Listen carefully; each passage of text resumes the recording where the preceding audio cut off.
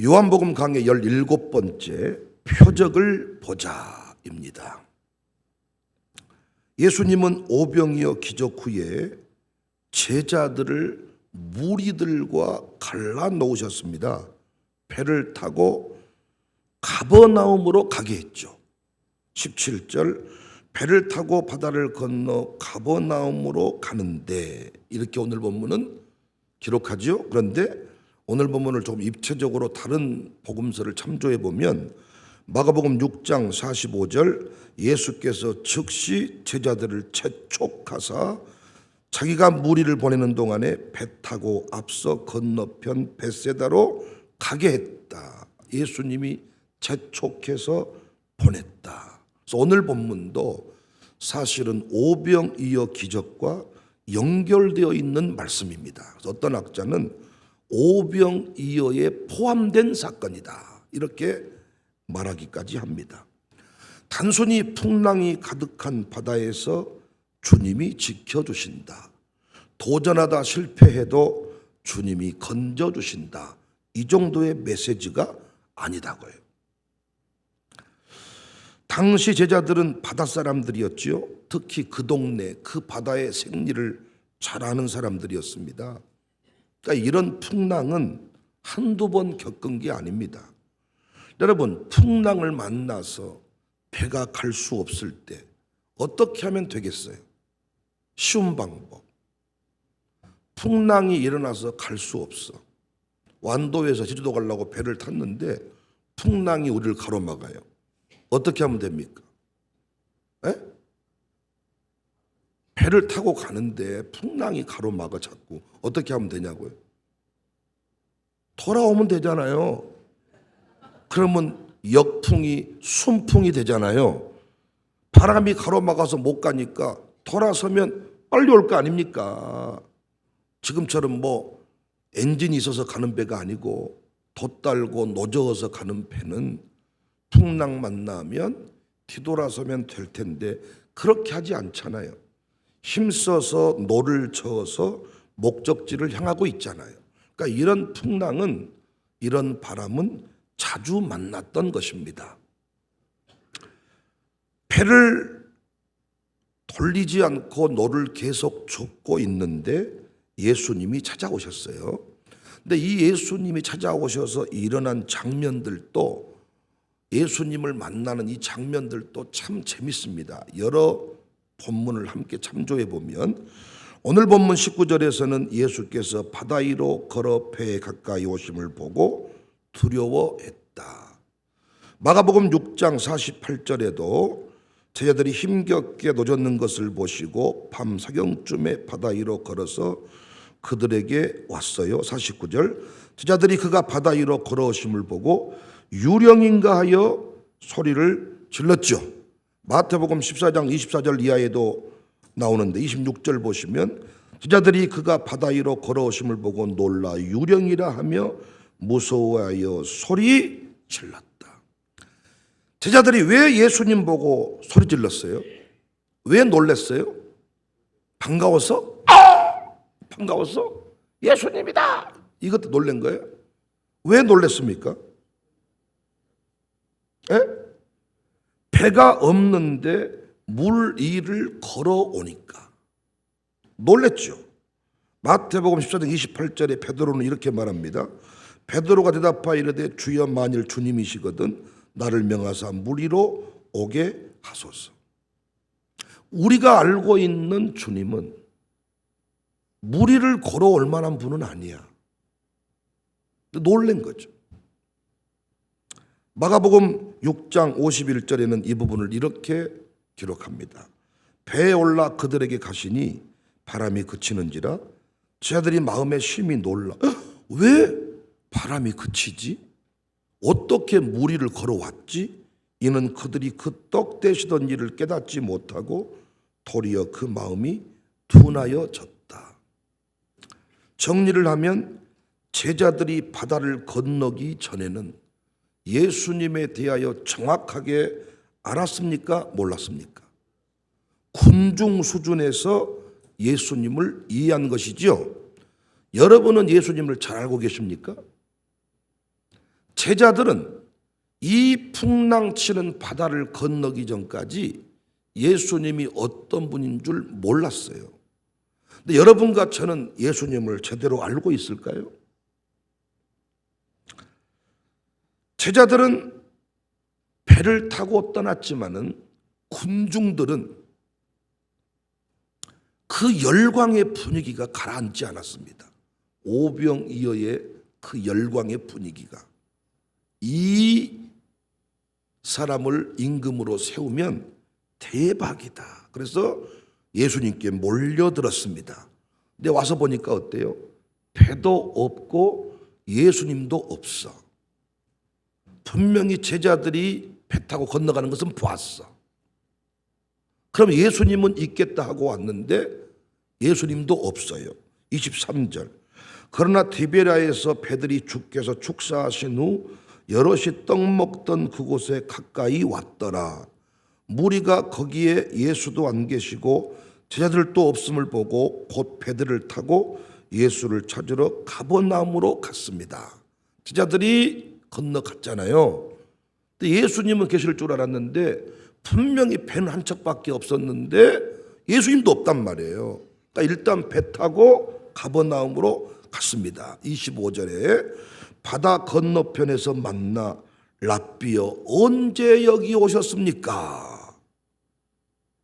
이 질문에는 어떻게 오셨습니까? 이 말이 포함되어 있겠죠. 어떻게 여기 왔습니까? 이때 예수님이 말씀합니다. 26절 예수께 대답하여 이르시되 내가 진실로 진실로 너희에게 이르노니 너희가 나를 찾는 것은 표적을 본 까닭이 아니요 떡을 먹고 배부른 까닭이로다. 군중의 상태를 정확하게 지적해 주었습니다. 너희가 나를 찾아온 것은 왕을 삼기 위함이다. 허기진 배를 채우기 위해서다. 예수님이 오병이어 사건 일으킨 것은 바퍼 사역이었습니까? 무료 급식 사역이었습니까? 표적이었다 그랬죠. 표적이 뭐예요? 사인판을 보여주는 거죠. 자기 계시 사건이라 그랬죠. 내가 구원자다. 내가 생명의 떡이다. 하늘로서 내려온 생명의 떡이다. 어제 살핀 본문에서는 뭐가 핵심 포인트였어요? 어디서 나서?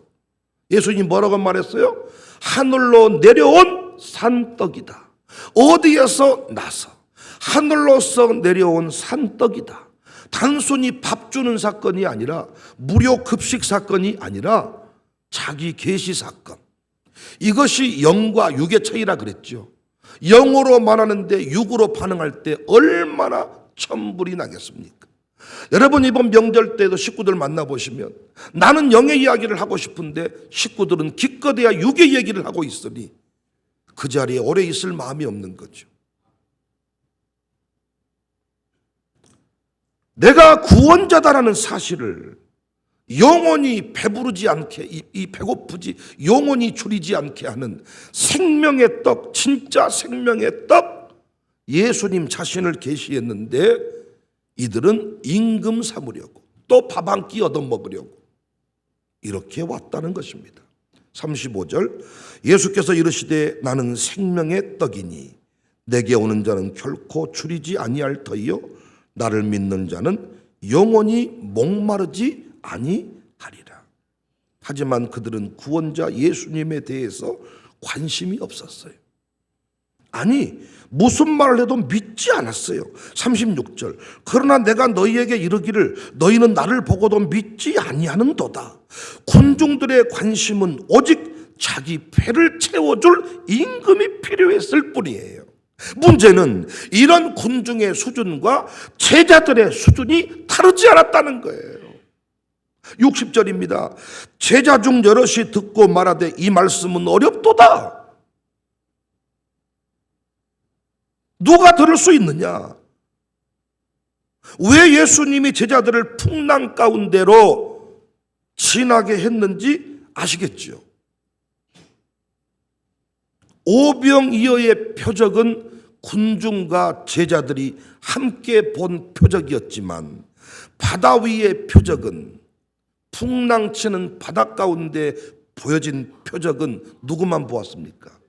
제자들만 보았습니다. 제자들은 이 사건을 통해서 생명의 떡 되시는 예수님을 바로 알게 되었습니다. 66절, 그때부터 그의 제자 중에서 많은 사람이 떠나가고 다시 그와 함께 다니지 아니하더라. 예수께서 12제자에게 이르시되 너희도 가려느냐? 떡 먹으러 왔는데 떡 주지 않고 생명의 떡 얘기합니다. 열받지요. 이때 많은 사람이 떠나갔어요. 제자에게 물어요. 너희도 가려느냐? 그때 그 유명한 말씀이 나옵니다. 68절, 시몬 베드로가 대답하되 주여, 영생의 말씀이 주께 있사오니 우리가 누구에게로 가오리까? 주님을 떠나지 않겠다는 이유가 밥 때문에, 돈 때문이 아니라 영생의 말씀 때문입니다. 다시 말씀드리지만 오늘 본문 6장의 원형은 출애굽 홍해바다 건넌 사건과 만나 사건입니다. 그래서 만나라는 이미지를 자꾸 반복적으로 사용합니다. 제자들이 풍랑 가득한 바다를 건넌 사건은 순종하면 지켜주신다, 도전하면 건져주신다, 이 정도 얘기가 아니라 영적 출애굽의 사건입니다. 영적 출애굽의 사건, 홍해바다를 건넌 사건. 여러분과 저에게 반드시 이 체험이 필요한 거예요. 이 체험. 각자 나름대로 고난의 깊은 바다를 지나는 중에 나를 도울 자는 예수님밖에 없음을 깨닫는다고요. 여러분이 수술대 위에 한번 누워보십시오. 평상시에는 돈 있는 친구가 돈 빌려주는 거 아무것도 아닙니다. 여러분, 돈 빌려주는 것이 참으로 귀한 일이지만은 있는 사람이 돈 5천만 원, 50억 빌려주는 게 뭐가 어렵습니까, 여러분? 그러나 그 친구는 나를 위해 기도 안 합니다. 진짜 수술대 위에 올라섰을 때 나에게 필요한 것은 돈이 아니라, 아는 의사가 아니라, 의사가 쓸개 제거한다잖아요. 그런데 실수하지 않게 하는 것은 하나님이십니다. 고난의 깊은 바다를 지나보면 생명의 떡 되시는 예수님이 얼마나 귀한 분인지 알 수 있는데 우리는 영적 출애굽을 경험하지 못하니까 아직도 이런 떡 수준의 이야기를 하고 있다고요. 애굽의 뿌리가 뭡니까? 무엇을 먹을까? 무엇을 입을까? 여기에 머물러 있으니까 전도해야 될 세상 친구들을 부러워한다잖아요. 너는 좋겠다, 돈이 많아서. 너는 좋겠다, 좋은 차 타서. 너는 좋겠다, 상무지고 수안지고 살아서. 난 우산동에 산다. 무엇을 먹을까, 무엇을 입을까로 귀결된 인생. 고기를 주면 기뻐해. 고기 주면 이빨 찌르면서 에띠. 고기 떨어지면 뭐한데 나왔을까? 차라리 애굽이 좋았을 것인데. 목사가 안다니까요. 돈 좀 생기셨구나. 또 돈 떨어졌구나. 큰 반지라도 하나 또 할 수 있으면 할렐루야, 놀렐루야. 있는 반지라도 팔아야 될 상황이 생기면 살아서 뭐 하겠습니까? 죽어버려야지. 이게 애굽의 뿌리입니다. 애굽의 뿌리. 고기를 주면 기뻐하고, 음식 주면 기뻐하고, 또 빵 떨어지면 원망하고, 돈 떨어지면 하는 말이 애굽에 있었더라면 그때 그 일을 안 했어야 되는데, 돈 떨어지면 하는 말이 그때 그 일을 안 했어야 되는데, 무단디 그때 남을 도와줘가지고 차라리 애굽에 머물렀어야 되는데. 심지어 돈 떨어지잖아요. 공동체의 질서를 깨버려요. 지가 속해 있는 교회 모임을 떠나버려요. 이 인생은 수술할 때 혼자 수술해야 돼. 자식이 죽을 위기에 놓여도 당신을 위해 기도할 사람은 없어. 위기를 만나보시면 알아. 그런데 바다는 항상 풍랑이 있어. 돈 좀 있으니까 가정교회 알기를 우습게 합니다. 가정교회 알기를 우습게 알지만 당신이 진짜 풍랑을 만나보면, 위기를 만나보면 가정교회 기도가 얼마나 중요한지. 이성목 집사도 저한테 그런 고백을 하는 거예요. 목사님, 진짜 권병태 집사님이 많이 아프신 것 같습니다. 저한테 직접 기도 부탁을 합니다.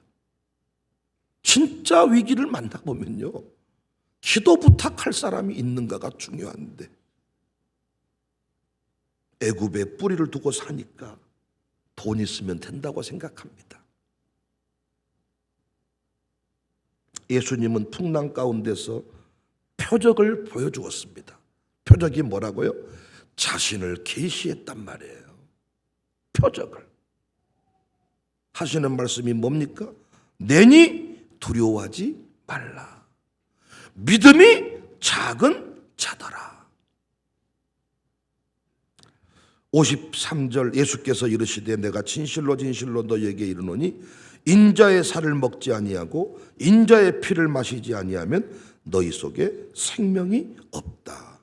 요한복음에서 반복되는 용법이 있는데 에고 에이미 용법. 내가 생명의 떡이다. 내가 누구다.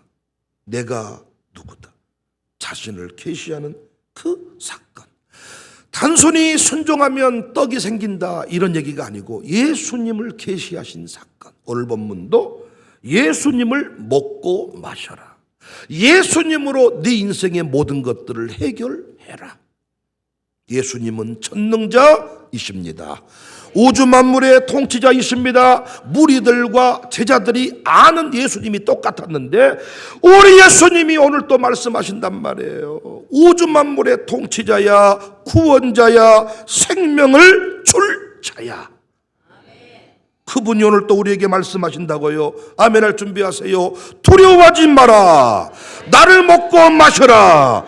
제발 가룟 유다와 같이 마귀짓 하지 마라. 70절에 예수께 대답하시되 내가 너희 12를 택하지 아니하였느냐. 그러나 너희 중에 한 사람은 마귀니라. 이 말씀은 가롯 시몬의 아들 유다를 가리키십니다. 그런 12 중에 하나로 예수를 팔자로라. 돈 때문에 예수님을 팔아버린다는 것입니다. 제발 그런 짓거리 하지 마라. 지금 한국교회가 풍랑의 바다를 지나고 있다고 생각합니다. 이때 우리가 할 일은 뭐예요? 주님을 다시 만나는 것입니다. 교회는 영생의 말씀을 붙들어야 돼요. 여러분과 제가 참 고난의 깊은 바다를 지나면서 한 가지 깨달은 것은 뭡니까? 말씀밖에 없구나. 고난의 깊은 바다를 지날 때 말씀을 탁 붙잡으니까 힘이 생기고 평안을 누릴 수가 있었다고요. 그래서 제가 요즘에 가장 여러분에게 많이 하는 말이 지금은 누구 말도 듣지 마라. 이 고난의 때는 오직 여호와를 앙망해라.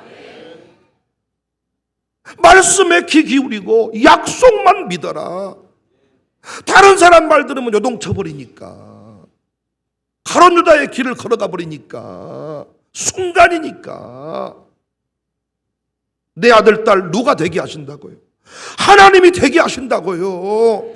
베데스다 목가에서 38년 동안 몸부림쳐도 안 됐던 일이 에레나 자리를 들고 가라 하니까 고침 받잖아요. 내 평생 내 아들 딸 잘 되기를 위해 기도하고 노력했는데 안 되는 것이 있다면 내려놓고 주님께 맡기시란 말이죠. 청사교회 등록한 이상 우리 아들 딸들 잘 되게 하신다 했으니 믿으시자고요. 내 기업 되게 한다고 했으면 믿으시라고요. 여러분의 기업 그렇게 안 망한다고요. 거지되게 안 하신다고요. 조금만 어려우면 믿어서 못하겠냐. 조금만 어려우면 그때 그 일을 안 했어야 되는데, 조금만 어려우면 회비가 힘들어서 못하겠다. 조금만 어려우면 양육사가 힘들어서 배지셔서 못하겠다. 당신이 지금 살만하니까 그러는 겁니다. 풍랑치는 바다에 누구도 걸어올 수 없습니다. 배가 한 척밖에 없는데 어떻게 건지러 옵니까? 당시 119 해양 경찰이 있습니까? 없잖아요. 그렇게 죽어가야 되는데 우리 예수님은 풍랑치는 바다를 딛고 오셔서 말씀하시고 건지시고 위로할 수 있는 분이시라는 겁니다. 수술실 안에 누가 들어옵니까? 군대에 누가 따라올 수 있습니까? 못 따라와요. 성령 하나님만 군부대 안에까지 들어올 수가 있습니다. 요즘 젊은 부모들은 부대 안에까지 들어가고 같이 군생활 하고 싶지만은 못 들어와. 그러나 우리 예수님 전능자는 부대 안까지 들어올 수 있는 분이야. 오늘 또 곤병태 집사님 수술대 위에 성령님이 함께 하시는 거예요. 그런데도 주님 말고 다른 것입니까? 그 주님 말고 다른 것이 또 뭐 있습니까? 표적을 보아야 돼. 표적. 고난 중에 주님이 뭐라고 말씀하시는지, 도대체 이 코로나의 깊은 늪, 불경기의 깊은 늪을 통하여 어떤 주님으로 나타나셨는지. 지금 우리 교회는 열방의 재물이 몰려온다. 하나님께서 우리 교회를 부흥시키시고 회복시키신다. 부흥의 불쏘시기가 되게 하신다. 부흥의 불길 타오르게 하는 그 주님을 봐야죠. 계시록에 보니까 7별을 붙잡고 7금촛대 사이를 거니시는 이 당시에는 그 그림이 너무나도 중요한 그림. 이게 표적입니다. 표적, 사인판. 사인판을 보고 똑바로 걸어가야 좌회전, 우회전, 직진이 똑바로 나오는 거죠. 지금 우리 교회 주님이 어떤 모습으로 나타났는가를 보시고 그 주님만 믿으시라고요. 그 주님을 믿으시라고요.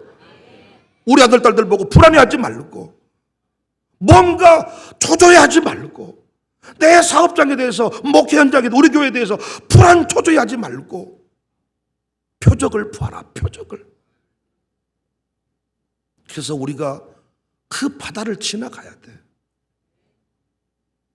거기서 애굽의 뿌리가 뽑히는 거예요. 거기서 감히 가정교회 식구들과 세상 친구를 비교하지 않는 거예요. 예수도 모르는 세상 친구보다 가정교회 식구를 더 무시해. 야, 당신 믿음의 사람 맞아? 보니까 자기 친구들은 의리번쩍하게 사나 봐. 가정교회 친구들은 거지 같고. 그러니까 그쪽 친구 수술대 위에 올라가 보세요. 돈 5만 원 주고 가면 끝납니다. 친구들이 좋은 의사 소개해 주면 끝납니다. 명의를 소개해 주면 끝나. 아야, 너 아산병 아는 사람 있냐? 내 친구다. 소개해 주면 못해. 실수해 버리는데, 손 떨려 버리는데, 잘못 꼬매버리는데, 잘못 판단해 버리는데, 그 모든 지각을, 모든 수술의 과정을 성령님이 역사해 주셔야 정확하게 실수할 것도 하나님이 그 생명을 위해 붙들어 주는 거예요. 큰 소리 하고 계시는 거야. 표적을 보자. 표적을. 어떤 상황에도 우리는 두려워하지 맙시다. 아버지가 일하시니 나도 일하신다. 우리 교회 성령님이 일하고 계십니다. 주님이 역사하고 계십니다. 최소한 제자라면 우리가 이 상황에서 어떤 역사가 이루어질 것인지에 대한 기대가 있어야 돼요. 애굽의 뿌리를 뽑아버립시다. 무엇을 먹을까? 무엇을 마실까? 무엇을 입을까? 오늘 또 여러분 알몸으로 오신 분이 한 분도 없으시네요. 힘들고 어렵고 죽겠고 하지만 다 옷 입고 오셨네. 오늘 또 돈이 없어가지고 집까지 걸어가신 분 한 명도 없으시네요. 차를 타고 가시든가 또는 교회가 차를 태워지든가 아니면 운동차 걸어가겠다는 분은 말릴 수가 없고, 힘들고 어렵다고 하지만은 명절 때 사과, 배 다 드시고 주님이 때마다 시마다 먹을 것을 채워주시고, 할렐루야. 진짜 먹을 것이 없으면 유통해서 애상으로 갖다 드세요. 누가 뭐라고 하겠습니까? 뭐 돈 받은 사람한테 보내서 뭐 돈 받아오라고 하겠습니까? 일단 드시고 보는 거지. 뭐. 소금은 먹어서 돈이 없다. 애상으로 갖다 드세요. 어떻게 뭐 못 갚으면 어떻게 하겠습니까? 하나님께서 먹게 하시고 입히시고 채우시고, 제 두 아들도 아버지가 늘 힘들게 사는 것을 보면서도 하는 말이 뭐라고 말한 줄 아세요? 나도 아버지처럼 살고 싶대. 지가 목사를 안 하겠다는 것은 아버지가 늘 교회를 위해 근심하는 걸 보니까 자기는 목사는 못하겠지만은 아버지처럼 살고 싶대. 뭔 얘기인가 들어봤더니 자기를 전 세계에 보내준 아버지가 멋있다는 거예요. 나도 왜 이렇게 인생이 빌빌대가 봤더니 두 아들놈의 새끼를 전 세계에 보내려고 가족 대출받고 뭐하고 고놈이 쌓이고 쌓여서 이것이 늘 악순환이 반복이 되더라고요. 조만간에 또 터키를 보내려니까 아주 그냥 전국에서 돈을 다 끌어모아야 되겠네. 우리가 사실을 돌아보면 아니 갈 데를 못 갔습니까? 먹을 것을 못 먹었습니까? 집에서 못 먹으면 때로는 교회에서 뭔가를 해결해 주고 하나님이 다 책임지고 계시는데 뭘 그 허기진 것을 좀 채우겠다고 껄떡대고 여러분과 제가 끝까지 주님 바라보고 만족하며 살아가시기를 기쁨을 누리시기를 오늘 또 전능자께서 내니 두려워하지 마라. 아버지가 일하시니 나도 일하신다.